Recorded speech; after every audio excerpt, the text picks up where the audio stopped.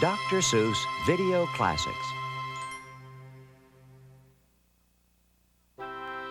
Hunches in Bunches.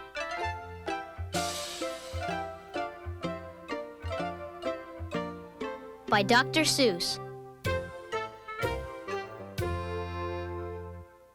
Do you ever sit and fidget when you don't know what to do? Everybody gets the fidgets, even me and even you. And today was quite an awful day for me and my poor pup. My trouble was, I had a mind, but I couldn't make it up. It's awfully, awfully awful when you can't make up your mind. Do you want to kick a football? Or sit there on your behind? Do you want to go out skating, fly a kite, or climb a tree? Do you want to eat a pizza, take a bath, or watch TV? Oh, you get so many hunches that you don't know ever quite if the right hunch is a wrong hunch. Then the wrong hunch might be right.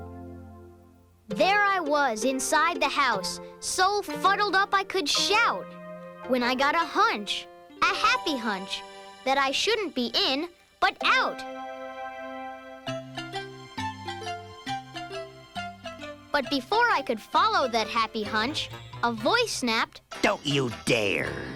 And a real tough hunch informed me, "You're not going anywhere. There is homework to be done, bub. Sit your pants down on that chair." And so I did. I sat me down. But as soon as I got set, a better hunch came, and he yanked off the homework hunch's hat. The better hunch said, "We'll head downtown. We'll pick up your good friend James, and together we'll trot to some real cool spot, and we'll play a few video games." So of course that's what I started to do. But a sour hunch came to spoil it. "Your bicycle's rusting up. He yapped. Get yourself out back and oil it." By now my mind was so mixed up, I really didn't know if I wanted to go to the barber shop or to Boise, Idaho. Then a very odd hunch upset me when he asked me loud and clear, "Do you think it might be helpful if you went to the bathroom, dear?" Before I could even answer him, a new voice interrupted. "That mind of yours," I heard him say, "is frightfully geflupted. Your mind is murky-mushy. Will you make it up, or won't you? If you won't, you are a won'ter. Do you understand, or don't you? If you don't, you are a don'ter. You're a can'ter if you can't. I would really like to help you, but you're hopeless, so I shan't." Then a spookish hunch suggested I go 4 ways all at once. But I didn't fall for that one. I am not that dumb a dunce. I knew where I would end up if I tried a thing like that. Most likely on some dead-end road in West Jehossa Flat. I was much too smart for that 4-way hunch. But the next thing that I knew, I was following a nowhere hunch. A real dumb thing to do. Everybody sometimes does it, even me, and even you.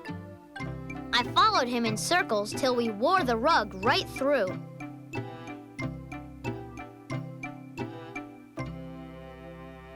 And then I heard an up hunch laugh. "You are a stupid schlub. The way to go is not around. The way to go is up." That seemed to make a lot of sense. I even took my chair. I just knew I'd make my mind up if it had some high, fresh air. But the up hunch I had followed was a phony and a fake. Way up top, I met a down hunch, and he sighed, For goodness sake, you should never trust an up hunch. You have made a big mistake. Then things got really out of hand. Wild hunches in big bunches were scrapping all around me, throwing crunchy, hunchy punches. And some super hunch was yelling, Make your mind up. Get it done. Only you can make your mind up. You're the one and only one. one of me could never do it. And quite suddenly, I knew. To get a job like that done would take more of me, like 2. And maybe even more of me, like 3 of me, or 4 of me. It took an awful lot of me. It took a lot of yelling. It took a lot of shoving and hot bargaining and selling. We all talked the hunches over, up and down and through. We argued and we bargued. We decided what to do. And I finally followed a munch hunch, the best hunch of the bunch. I followed him into the kitchen and had 6 hot dogs for lunch.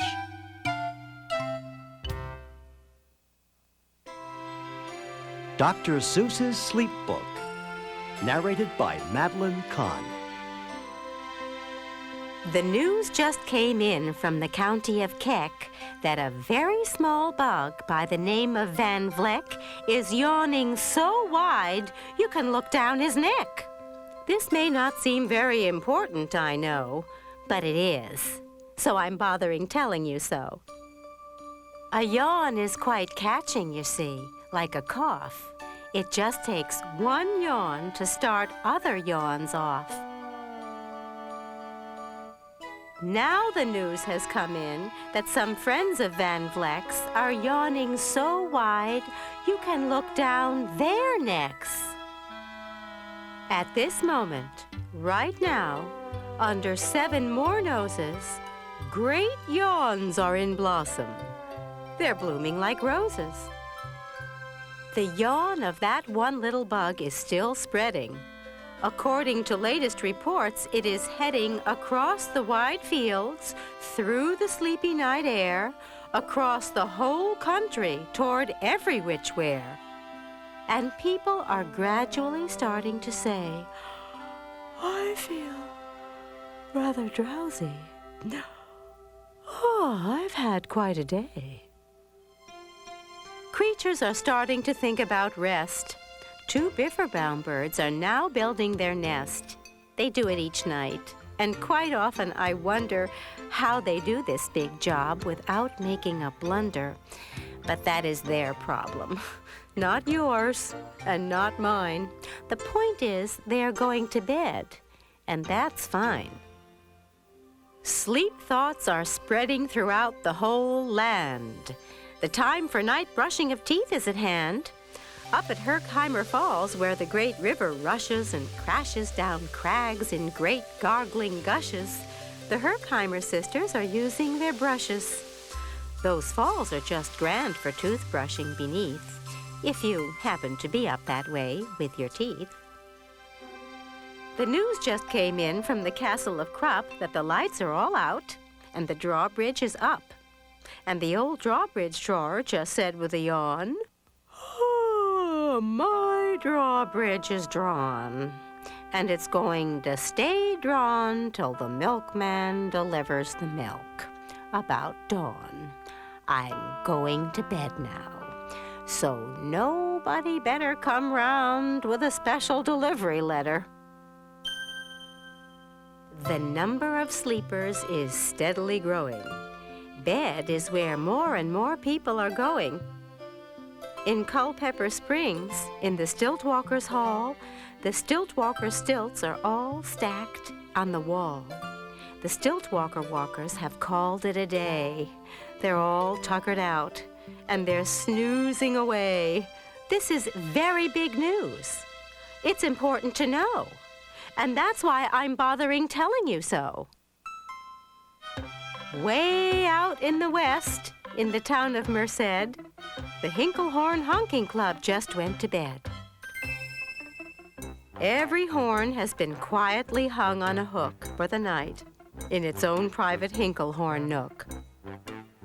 All this long, happy day they've been honking about, and the Hinklehorn honkers have honked themselves out. But they'll wake up quite fresh in the morning, and then, they'll start right in Hinklehorn honking again. Everywhere, creatures are falling asleep. The collapsible frink just collapsed in a heap. And by adding the frink to the others before, I am able to give you the Who's Asleep score. Right now, 40,404 creatures are happily, deeply in slumber. I think you'll agree that's a whopping fine number. Counting up sleepers. Just how do we do it? Really quite simple. There's nothing much to it. We find out how many. We learn the amount by an audio-teleo-tallyo count.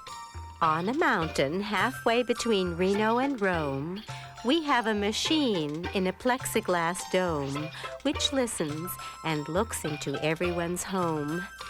And whenever it sees a new sleeper go flop, it jiggles and lets a new biggle ball drop. Our chap counts these balls as they plop in a cup, and that's how we know who is down and who's up. Do you talk in your sleep? It's a wonderful sport, and I have some news of this sport to report. The world champion sleep talkers, Joe and Mo Redzoff, have just gone to sleep, and they're talking their heads off. For 55 years now, each chattering brother has babbled and gabbled all night to the other. They've talked about laws, and they've talked about gauze, they've talked about paws, and they've talked about flaws. They've talked quite a lot about old Santa Claus. And the reason I'm telling you this is because you should take up this sport. It's just fine for the jaws. Do you walk in your sleep? I just had a report of some interesting news of this popular sport. Near Finnegan Fen, there's a sleepwalking group, which not only walks, but it walks a la hoop. Every night they go miles. Why they walk to such lengths, they have to keep eating to keep up their strength. So every so often, one puts down his hoop, stops hooping, and does some quick snooping for soup. That's why they're known as the Hoop Soup Snoop Group.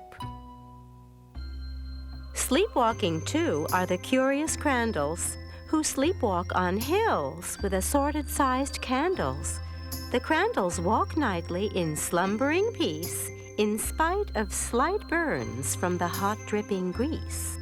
The crandalls wear candles because they walk far, and if they wake up, want to see where they are.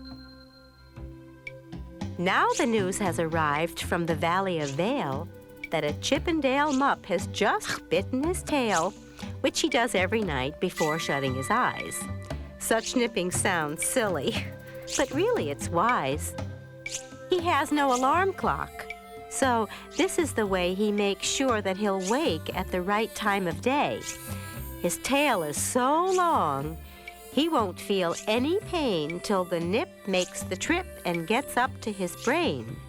In exactly 8 hours, the Chippendale mupp will at last feel the bite and yell, "Ouch!" and wake up. A Mr. and Mrs. J. Carmichael Crocs have just gone to bed near the town of Fort Knox, and they, by the way, have the finest of clocks. I'm not at all sure that I quite understand just how the thing works with that one extra hand, but I do know this clock does one very slick trick. It doesn't tick-tock. How it goes is tock-tick. So, with ticks in its talker and tocks in its ticker, it saves lots of time. And the sleepers sleep quicker. What a fine night for sleeping. From all that I hear, it's the best night for sleeping in many a year. They're even asleep in the Zweiback Motel. And people don't usually sleep there too well. The beds are like rocks. And as everyone knows, the sheets are too short. They won't cover your toes. So, if people are actually sleeping in there, it's a great night for sleeping. It must be the air. It's a great night for snores. I just had a report of some boys who are tops in this musical sport. The snortiest snorers in all our fair land are Snorter McPhail and his Snore-a-Snort band. This band can snore Dixie, an old Swanee River so loud it would make 40 elephants shiver.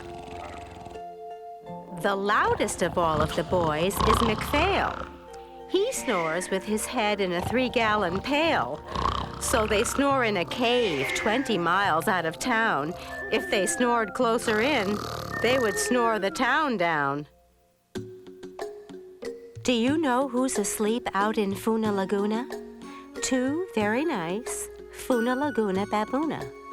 We've added them into our Who's Asleep count, which has grown to a really amazing amount. Exactly 8,808 creatures are sleeping now. Isn't that great? A Jed is in bed, and the bed of a Jed is the softest of beds in the world, it is said. He makes it from pom-poms he grows on his head, and he's sleeping right now on the softest of fluff, completely exhausted from growing the stuff. The news has come in from the district of Doft that 2 oft are asleep, and they are sleeping aloft. And how are they able to sleep off the ground? I'll tell you. I weighed one last week, and I found that an oft is so light, he weighs -1 pound.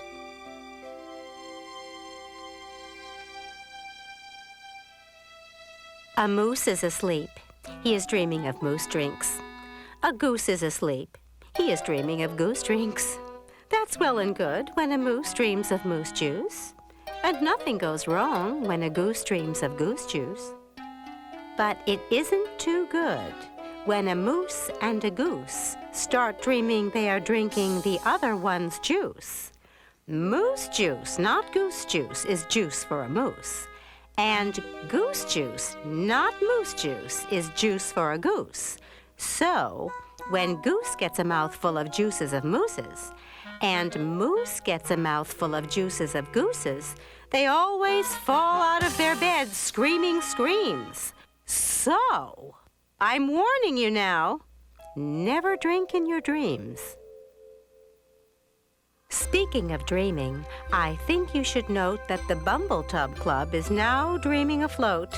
Every night they go dreaming down Bumbletub Creek, except for one night every 3rd or 4th week when they stop for repairs, 'cause their Bumbletubs leak. But tonight they're afloat, full of dreams, full of bliss, and that's why I'm bothering telling you this. At the fork of a road in the Vale of Vavode, 5 foot-weary salesmen have laid down their load. All day they've raced round in the heat at top speeds, unsuccessfully trying to sell Zizzerzouf seeds, which nobody wants because nobody needs. Tomorrow will come. They'll go back to their chore. They'll start on the road, zizzer-zoofing once more. But tonight they've forgotten their feet are so sore. And that's what the wonderful nighttime is for. Everywhere, creatures have shut off their voices. They've all gone to bed in the beds of their choices. They're sleeping in bushes. They're sleeping in crannies, some on their stomachs, and some on their fannies. They're peacefully sleeping in comfortable holes, some even on soft-tufted barbershop poles. The number of sleepers is now past the millions. The number of sleepers is now in the billions. They're sleeping on steps and on strings and on floors, in mailboxes, ships, and the keyholes of doors. Every worm on a fishhook is safe for the night. Every fish in the sea is too sleepy to bite. Every whale in the ocean has turned off his spout. Every light between here and Farfoodle is out. And now, adding things up, We are way beyond billions. Our Who's Asleep score is now up in the zillions.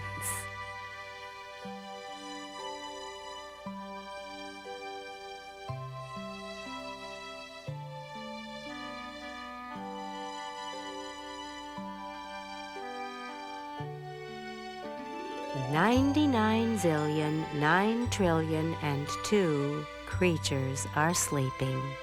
So, how about you? When you put out your light, then the number will be 99,000,000,009,000,003. Good night.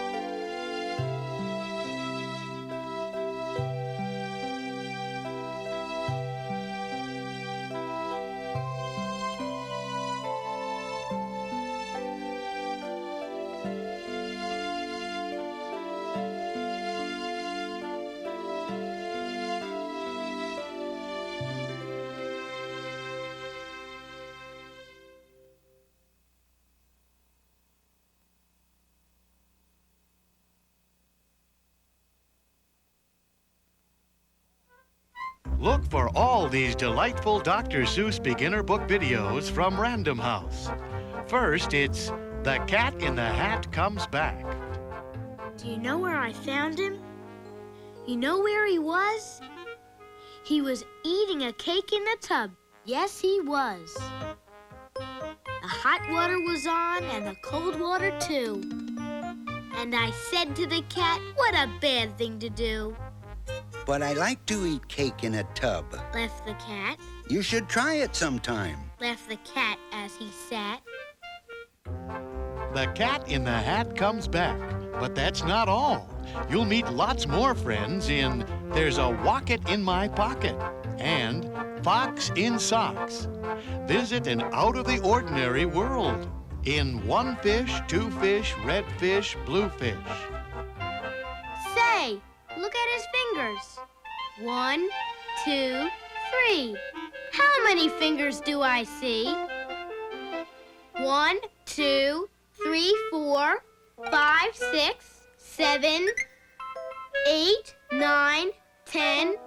He has 11. 11? This is something new. I wish I had 11 too. Funny things are everywhere in One Fish, Two Fish, Red Fish, Blue Fish. And there are more surprises in Oh, the Thinks You Can Think and The Foot Book. Next, it's Dr. Seuss's ABC. Big D, little d. What begins with D? David Donald Do. Dreamed a dozen donuts and a duck dog too. There's lots of fun from A to Z in Dr. Seuss's ABC and I Can Read with My Eyes Shut and Mr. Brown Can Moo, Can You? Then it's time to rhyme with Hop on Pop. Hop, hop. We like to hop. We like to hop on top of Pop.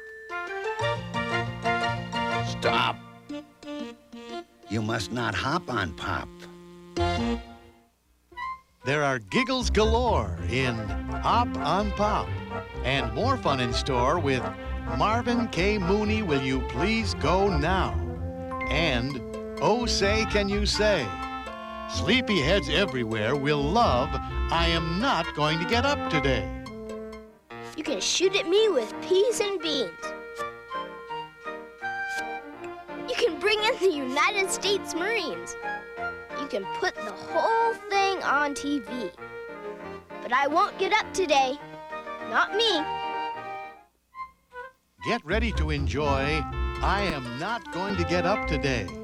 And 3 more Dr. Seuss favorites, The Shape of Me and Other Stuff, Great Day for Up, and In a People House.